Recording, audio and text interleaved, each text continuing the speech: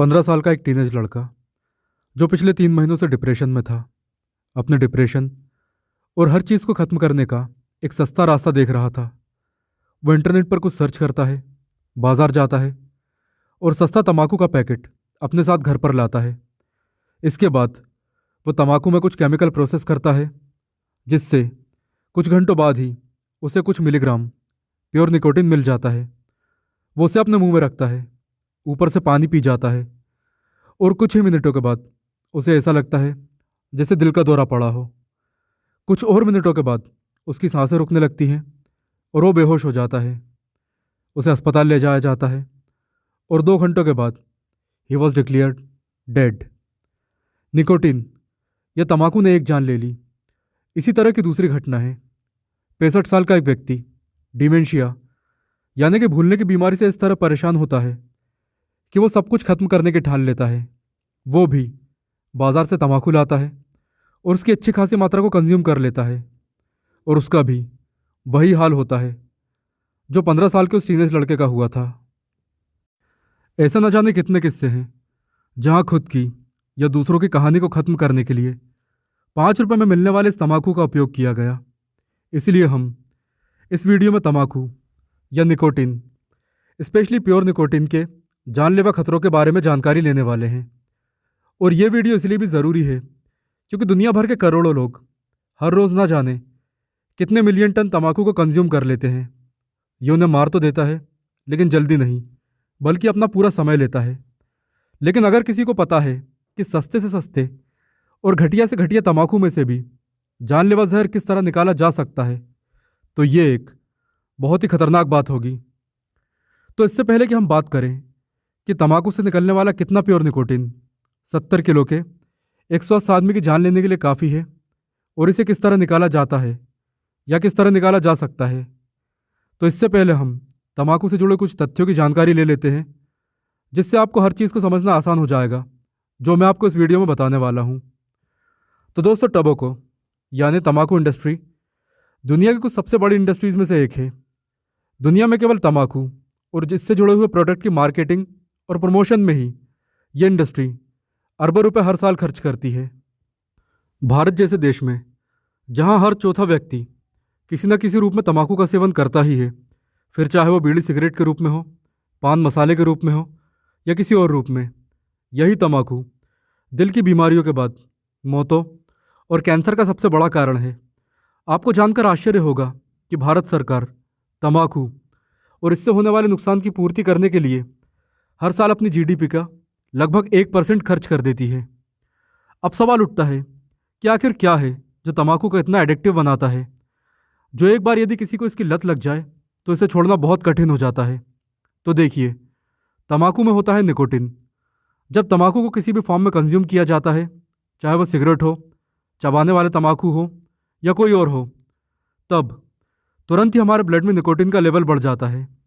जैसे ही ये निकोटिन हमारे सेरेब्रम यानी कि दिमाग तक पहुंचता है, तब ये तुरंत ही उन रिसेप्टर से जुड़ जाता है जो हमें हैप्पी यानी कि खुश फील करवाते हैं। यही कारण है कि जो लोग क्रोनिक स्मोकर होते हैं, जिन्हें आप चेन स्मोकर या फिर लंबे समय से स्मोकिंग करता हुआ व्यक्ति भी कह सकते हैं, उनके दिमाग में नॉन स्मोकर की अपेक्षा करोड़ों अधिक रिसेप्टर हो सकते हैं, जो बार बार उन्हें यह हैप्पी फीलिंग के लिए मजबूर करते हैं। और व्यक्ति बार बार सिगरेट पीता है।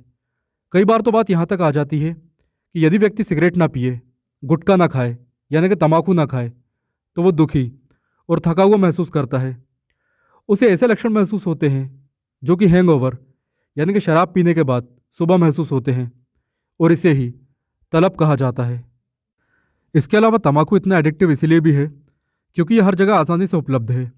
हर गली मोहल्ले में आपको तंबाकू किसी न किसी रूप में आसानी से मिल ही जाएगा, जैसे कि सिगरेट, गुटखा, पान, चबाने वाला तंबाकू, हुक्के में पीने वाला तंबाकू, यहाँ तक कि कई लोग तो तंबाकू वाला मंजन भी उपयोग करते हैं।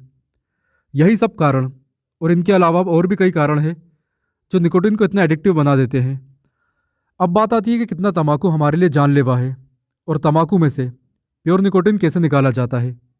देखिए, तंबाकू की तो छोटी से छोटी मात्रा भी बहुत घातक होती है और लंबे समय तक इसका सेवन करने से आप जानते ही हैं कि सीओपीडी और कैंसर जैसी बीमारियां तक होती है।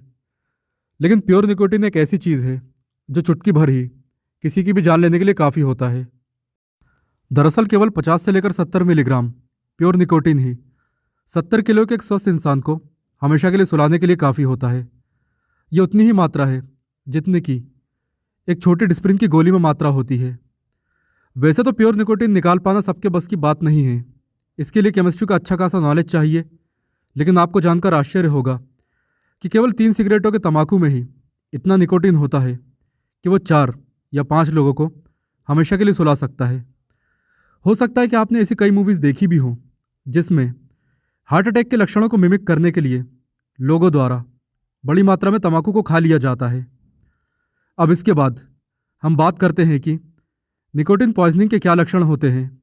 तो देखिए, यदि किसी ने भारी मात्रा में प्योर निकोटीन कंज्यूम कर लिया है, वैसे तो इसकी भारी मात्रा की ज़रूरत नहीं है, केवल छोटी सी मात्रा की ही ज़रूरत है। तो यदि किसी ने छोटी सी मात्रा में ही प्योर निकोटीन कंज्यूम कर लिया है तो उसे तुरंत मितली और उल्टी होने लगेगी, मुंह से लार निकलेगी, पेट में तेज़ दर्द होगा, त्वचा का रंग पीला पड़ने लगेगा, पसीना आ जाएगा, बीपी और हार्ट रेट बढ़ जाएगा, वो भी खतरनाक स्तर तक।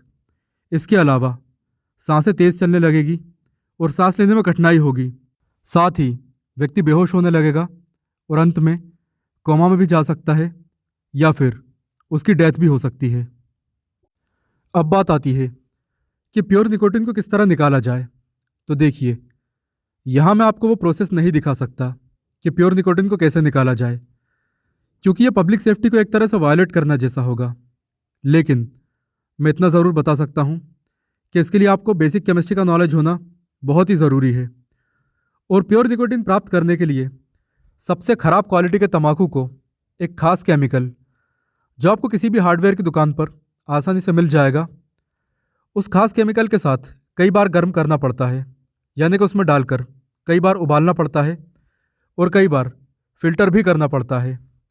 ऐसे में 4-5 बार बॉयलिंग करने और फिल्ट्रेशन करने के बाद ही हमें प्योर निकोटीन मिल पाता है। और इस निकोटीन की केवल चुटकी भर मात्रा ही किसी को भी हमेशा के लिए सुलाने के लिए काफ़ी है।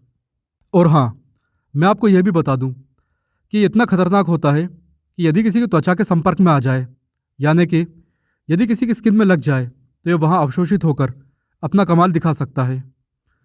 तो दोस्तों, इसी जानकारी के साथ इस वीडियो को समाप्त करते हैं।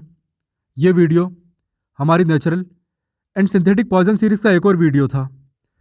इस सीरीज़ में हम ऐसे प्राकृतिक और कृत्रिम पॉइजन्स की जानकारी लेते हैं जो आपके आसपास ही पाए जाते हैं।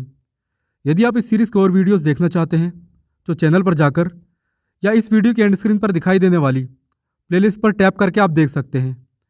अब वीडियो के अंत में आप ये याद रखें कि ये जानकारी केवल एजुकेशनल पर्पज़ के लिए है, कृपया इसका दुरुपयोग ना करें। And thanks for watching.